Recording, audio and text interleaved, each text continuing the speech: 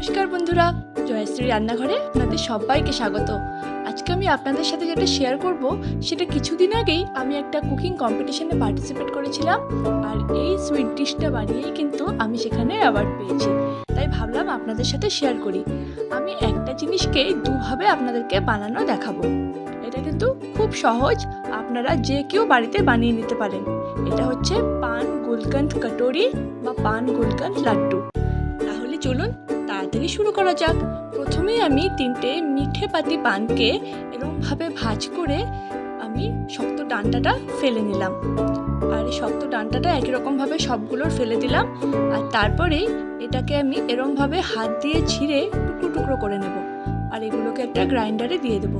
সবগুলো গ্রাইন্ডারে দেওয়া হয়ে গেলে আমি এখানে দিয়ে দিচ্ছি কয়েক দানা এলাচ, তার সাথে দিয়ে দিচ্ছি 2 চামচ মতো কনডেন্সড মিল্ক।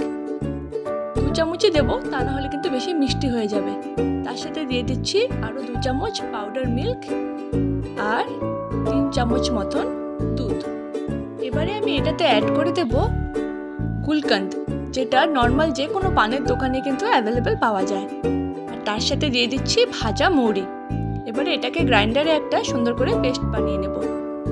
দেখলেন, খুব সুন্দর করে পেস্টটা বানানো হয়ে গেল। এবারে আমি একটা কড়াইতে 1 চামচ মতন ঘি দিয়ে দিলাম, আর এখানে আমি কিছু কোরানো নারকেলকে মিক্সিতে একবার উইদাউট জল পেস্ট করে নিয়েছিলাম, সেটা দিয়ে দিলাম। আর এটাকে একদম লো ফ্লেমে 5 মিনিটের মতন আমরা হালকা হাতে নাড়াচাড়া করে নেব। 5 মিনিটের বেশি সময় নেব না, তাহলে কিন্তু নারকেলের কালার চেঞ্জ হয়ে যেতে পারে। আর ঠিক 5 মিনিট পরই আমরা গ্রাইন্ডারে যে পানের মিক্সচারটা রেডি করে রেখেছিলাম সেটা এবার এটার উপরে দিয়ে দেবো। আর এটাকে খুব ভালো করে আমরা নাড়াচাড়া করে নেব, যাতে খুব সুন্দরভাবে জিনিসটা মিশে যায়। আমরা কিন্তু পুরো রান্নাটাই লো ফ্লেমেই করব, কারণ বেশি আমরা যদি ফ্লেম বাড়িয়ে দিই তাহলে কিন্তু এই জিনিসটা পুড়ে যেতে পারে। এবারে আমি এখানটা অ্যাডিশনাল ফুড কালার ইউজ করছি, তবে এটা অপশনাল, আপনারা চাইলে নাও ইউজ করতে পারেন। আর এটাকে ভালো করে নাড়াচাড়া করে জিনিসটাকে নরম করতে হবে। তারপর আমি এখানে দিয়ে দিচ্ছি 1.5 চামচ মতো পাউডার সুগার, যেটা অপশনাল। আপনারা যদি একটু কম মিষ্টি পছন্দ করেন তাহলে এটা না দিলেও চলবে, কারণ কনডেন্স মিল্কের জন্য কিন্তু জিনিসটা এমনিতেই মিষ্টি মিষ্টি হবে। দেখতেই পাচ্ছেন মোটামুটি এই জিনিসটা কিন্তু হয়েই গেছে। 5 মিনিট নাড়াচাড়া করার পরই কিন্তু জিনিসটা একদম সফট হয়ে আসবে।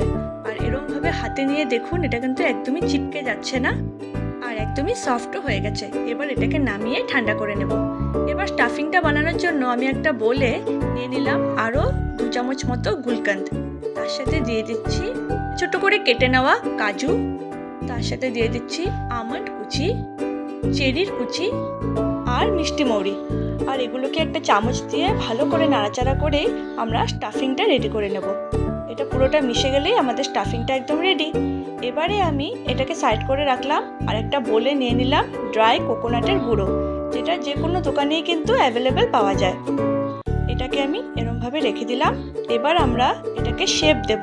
তার জন্যই এই পানের মিক্সচার করার যে জিনিসটা বানিয়েছিলাম, এটাকে এরমভাবে হাতে নিয়ে একটা গোল বলের মতন শেপ দেব। তারপর এই কোকোনাটটার উপরে চারিদিকে এরমভাবে ঘুরিয়ে নেব। এটা নেওয়াতে কিন্তু জিনিসটা ফাটবে না। তারপরে এটাকে আমি এরমভাবে, আপনারা দেখুন, একটা বাটির শেপ দিয়ে দেব। ঠিক এরমভাবে হাত দিয়ে চেপে চেপে আমরা এটাকে একটা বাটির শেপ দিয়ে দিচ্ছি। ব্যাস, আমাদের বাটির শেপ দেওয়া হয়ে গেল।